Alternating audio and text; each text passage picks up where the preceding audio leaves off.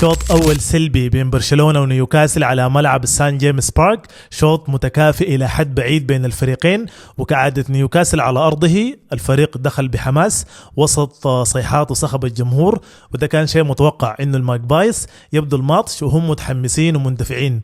ولكن الغريب إنه المدرب إيدي هاو قرر إنه جوردن وفيلتومادي ما يبدأ في التشكيلة الأساسية. فأنت لما يكون عندك لاعب مسجل 10 أهداف في دور الأبطال وما يبدأ أساسي في أهم مباراة تقريبا، غريبة يعني.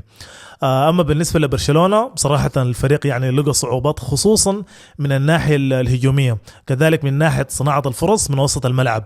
بيرنال في الشوط الأول تقريبا يعني كان مختفي، رافينيا أداء متواضع في الشوط الأول، ليفا مختفي كالعادة، ولامين حاول ولكن مفروض عليه يعني رقابة. والجميل انه في خيارات هجوميه بالنسبه لفليك على مقاعد البدلاء، في راشفورد ممكن يشارك في الشوط الثاني، وفي اولمو، وفي فيران توريس اللي ممكن يعني مشاركته او عدم مشاركته واحد يعني، لانه ما اعتقد انه حيضيف حاجه. فلكن انا عندي ثقه انه برشلونه في الشوط الثاني ممكن يسجل.